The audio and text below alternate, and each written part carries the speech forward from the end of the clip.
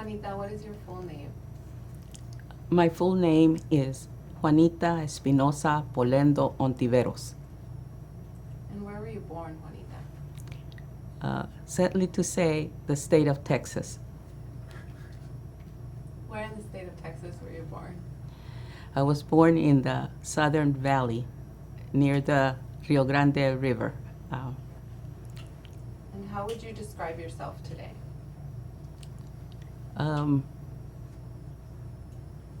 I kind of go on that kind of a question of how do I describe myself. I let people do that. So through the years, some people have called me, oh, she's a student organizer, or she's a labor organizer, or she's an education a student organizer. So I kind of leave it up to the people, however they see me, you know. Right now, since I'm working for California Rural Legal Assistance Foundation, my title there is Director of Community Advocacy and Special Projects. It's a fancy word for community organizer. And we spoke a little bit about your upbringing. Could you walk us through one event in your childhood that made you feel pride in being a Chicana Latina? As a child, Yes.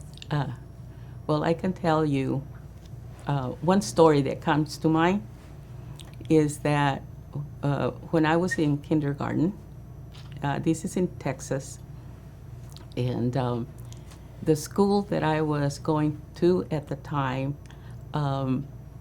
had only, most of the children, most of my fellow students were all Chicanitos and Chicanitas. However, there was a handful of Gabachitos and Gabachitas in there. There was one of them that, for some reason, during recess, she would follow this elderly black man that was pulling a wagon, a little wagon. He would pick up things that he would find on the street, on the sidewalk. And that's all he was doing. But she would go to the link fence, which she managed to be telling him on this side of the fence as he was walking by very racist things, very ugly things. And so this happened daily during recess. And so I used to see that. It used to, really bother me that she was doing that to an elderly man. The elderly man at that time, because you could, no man of color could look at a white female, no matter what age, at that time, and not get in big trouble,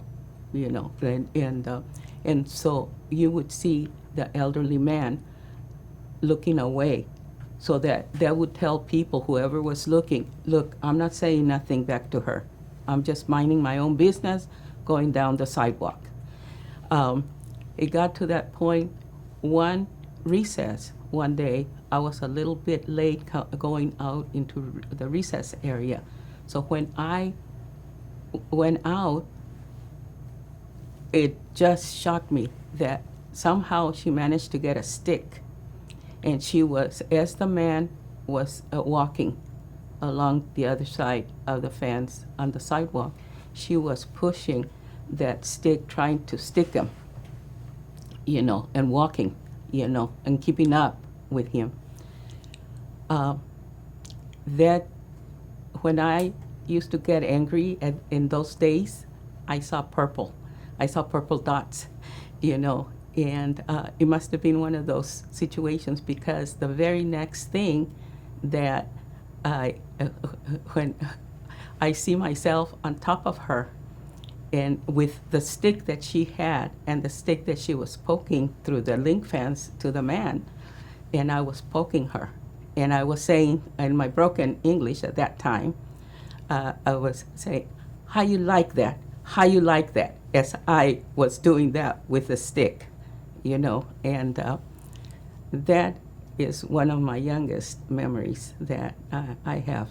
And that I think that helped me very much since that point, you know, start doing what I started to do, you know, because my mother, in the morning, when she made lunches for us before she went to work, as she was saying bye to us, because it was a long road to where the bus stopped, and I was the last one of my siblings that went out the door, and so she would either give me a pat on the back and hand me my lunch, and say, "Y acuérdense, no se dejen.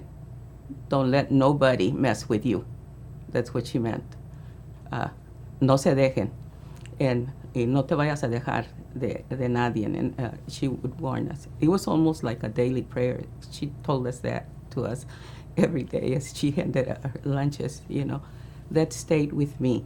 And that moment, you know, it was, that's how I determined I had to do something about that, to put a stop to that.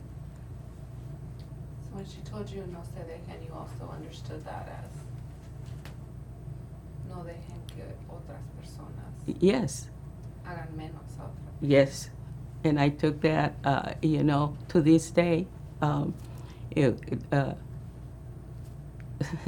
When we migrated to California from Texas, it became unbearable over there. When we migrated to California, we ended up in the Central Valley. We were picking cotton in Corcoran, and there was an incident again that happened there. I was a little bit older, was about middle school age, and there was we were picking cotton. When you're a migrant family and you're going to another location, other migrant families always follow. We never traveled alone. So some of the families from Texas followed us to California. And so we were working for this grower in Corcoran picking cotton. I got tired and I stood up and I was holding my back, you know, because the sacks of cotton were heavy. So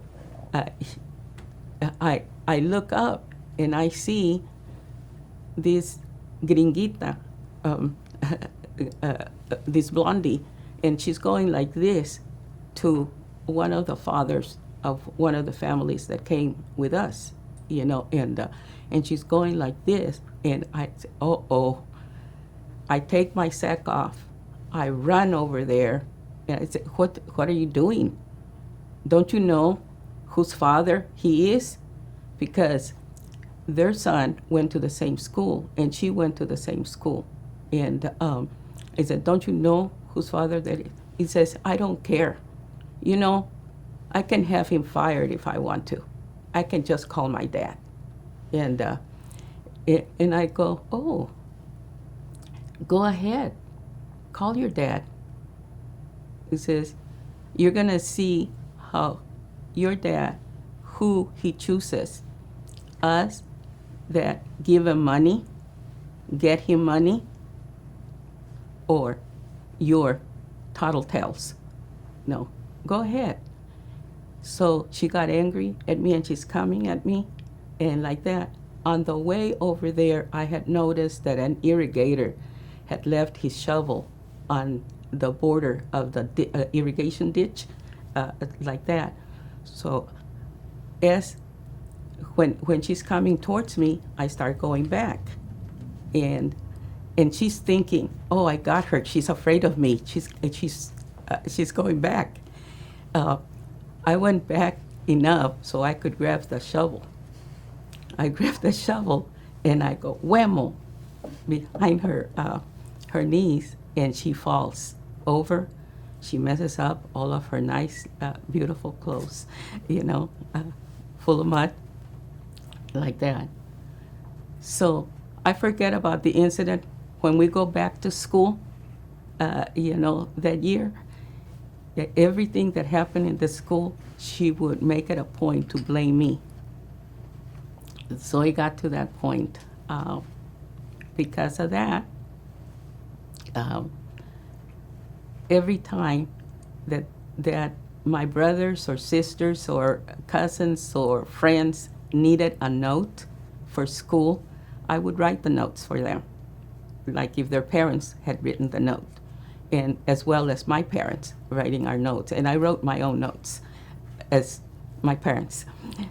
But this time, the principal told us, you cannot do this anymore. It says, writing notes, I want to see one of your parents needs to come here in person. So I had to tell my mother, and my mother was never ever happy to miss it was too much. It's too much for farm workers to miss one day of work. And she had to go to the school, and she got the story based on what she said about me. And so I find myself in Dixon, California. My father had already come ahead of us to Dixon. An aunt had asked my mother if he could come, that there was this grower asking for a steady worker for all year round. And so he came ahead of us. So my mother, from one day to the next, says, you're going to go to Dixon and take care of your father. So I was out of the Central Valley before the rest of my family was gone. That was how prudent. What? Why? Because it's in a shot. Oh, That's okay. That's okay. it's a no-no. So you escaped the girl. So I came up north. That's how I ended up here. And I went to Dixon High, which then, has other stories. But yeah, I think for many years, it felt good every time that you got a bully and you reversed it on the bully and you knocked the shit out of the bully, and it felt good just then. But then the consequences, I was always at fault. I was always the one that was blamed. I was always the one that got in trouble. I was always the one that got sent, for to the library or to the counselor's office or wherever space was, for to stay after school, and so forth. But it worked in my favor, because what ended up happening is that's how I learned to research books by myself. We didn't have books, in the labor camps that we, lived in. We didn't have anything like that, So books in the library, when I was sent to the library for detention, whatever struck my fancy, whatever book, I would go and I would read, and say, wow. And this is how way before dinosaurs were popular, I was fascinated with this book from the library in Dixon that was about dinosaurs. And so, wow, because it reminded me of the cotton fields in Texas where they're infested with toads, toad frogs, and they have the scales and and they just look like tinier dinosaurs, So it reminded me. So I was all fascinated, about dinosaurs, and that's the interest. That's when I started thinking and thinking about archaeology, and that's what I wanted to do. I wanted to go into archaeology, cultural anthropology, and history, because they all, are very much, related. And But here comes the civil rights movement, and see everything that was happening to farm workers, all the abuses, all the mistreatments, all the insults, just we needed, to make a stand. And then here's this man on the radio, inviting people to come to join a pilgrimage coming from Delano to Sacramento to tell the California government the plight of farm workers. And that was music to my ears. I come from a family of, from the Mexican Revolution.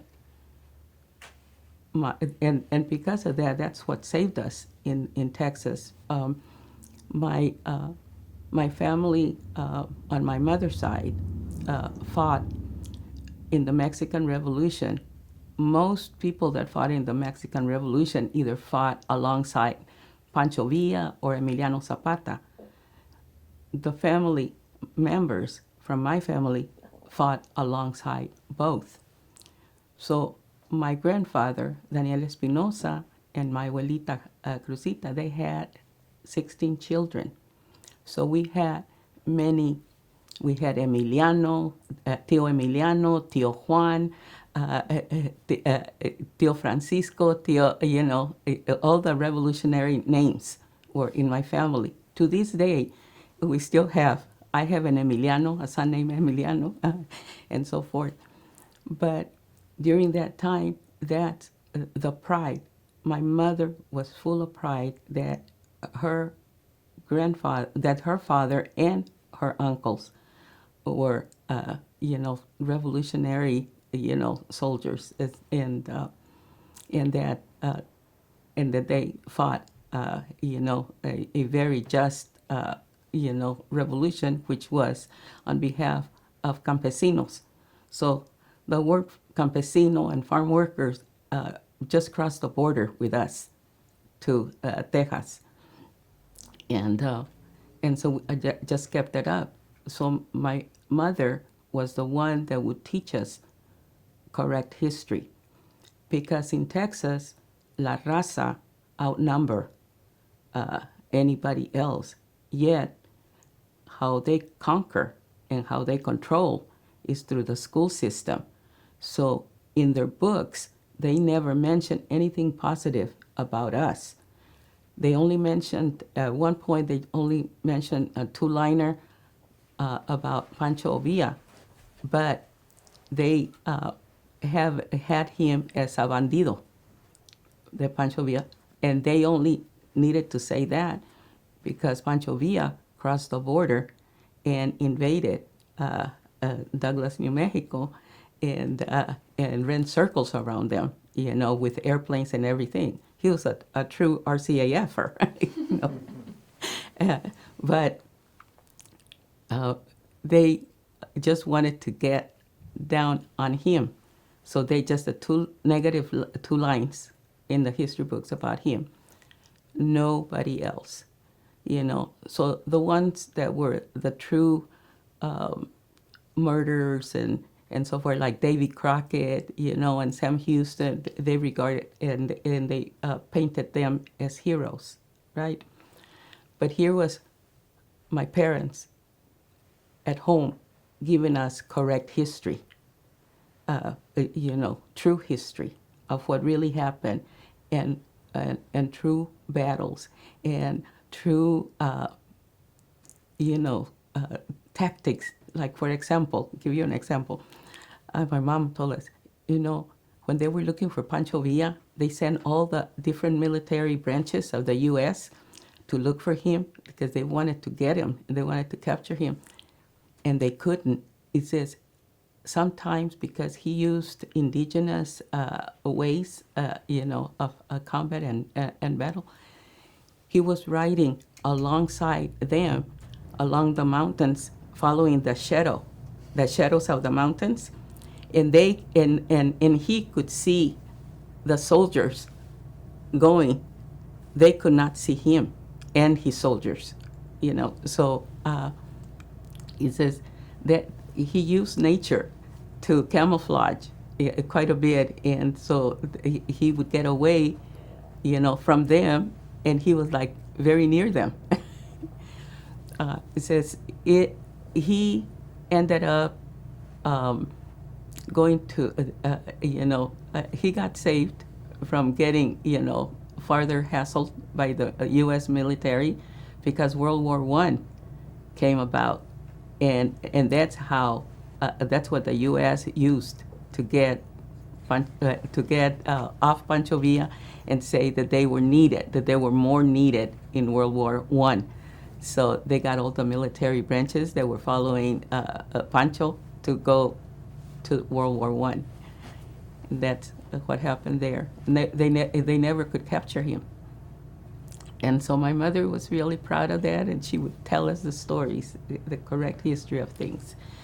And that's what's needed right now, correct history, so that people can feel, you know, pride, you know, so they can, you know, it's mainly, you know, to give a person, you know, those feelings of, you know, belonging, and that, you know, all the contributions that our people have done through the centuries, you know, and the school system here in California, they messed up. See, they went for affirmative action when we wanted it. They went for EOP program when we wanted it.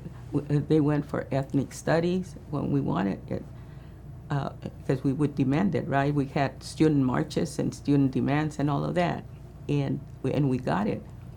But very, very fast, they saw that it was creating too much pride in us, that we were not, you know, going to let further, you know, ugly things happen to our people. So they started taking it away. It was not, you know, to their liking to have that. So this is something that we need to fight back for. That's what I'm saying. Ethnic studies, EOP programs, and affirmative action. We need to get that back. And so I used to think as soon as we get justice, equality, fair treatment, and fair pay, you know, as soon as we get all of that, I can go back and go dig holes in, you know, Tenochtitlan. I can go back to what I wanted to do in archaeology and cultural anthropology and history, and I'm still here because we have not accomplished all of that yet. You know, Very true. And you shared with us something about that you learned from your immediate family, but do you want to share a new story, a different story about what you learned from your immediate family or your community when you were in Tejas, or when you came to Dixon, or as you have moved around? well, one of the things that that I learned, I was telling you how I used to get in trouble, and how I would be the one that would be blamed for things and all of that. And even though it felt good when, you know, I took care of business, you know, I had to go through all those consequences. So one time, I'm at Sac State, which we called it before CSUS. You know, we used to call it Sac State, but it's CSUS now. I had a cultural anthropology class that I was late one day for. And as I opened the door and I'm coming in, I stood at the door to see if there was any chairs available. At the same time, I see that there's this skull being passed down the rows. And then he came, to the student, a blondie, and she took it and she twirled it around her finger, and then she put two of her fingers in the sockets like that, like playing with it. Didn't see nothing yet until the professor started talking about where that skull came from. And it was a real skull, and it came from an indigenous, they had found, an old burial ground in South America. And that's where the skull came from. You mean, to me that was sacrilegious and lack of respect. And I just could not believe it that they were, really violating the peace of this person that was supposed to, that's our final piece, right? and that they were doing this. It was major insult to me. And I got my anthropology book, and I swung it and threw it against the board and to get their attention. And then I'm telling them, off. And I'm telling them that I'm out of here. I'm out of this class. I don't belong in this class. I don't want to be in this class. And I go to her, and I grab her from here, and I tell her, how would you like if I was doing that to the skull of your grandmother? And then I just left her, and I took off. And I'm under a tree by the quad near the cafeteria, and I'm just trying to calm down. And along she comes, and she was crying, and she was asking me for forgiveness and apologizing, and that she didn't mean it, that she wanted to be my friend, and so forth. And I told her, I would never have a friend like you. It's just get away from me, and don't ever, ever, if I'm walking one way, you better be on the other side, go on the other side. And like that, she started crying. I didn't touch her, I didn't do nothing, but the words hurt her so much that she was just crying and crying, right? So I go, I never had experienced that I could make somebody cry without punching them, that I could make somebody cry with words. And I said, tried it a couple more times like that in other occasions, and it worked. So I went and I got myself these little boxing gloves, miniature boxing gloves, and I hung them over my mirror in the car, to remind me not to use this no more, to just use this. And since then, I've been using just my mouth, and it works. Okay, we'll cut real quick. Nick, go ahead and cut.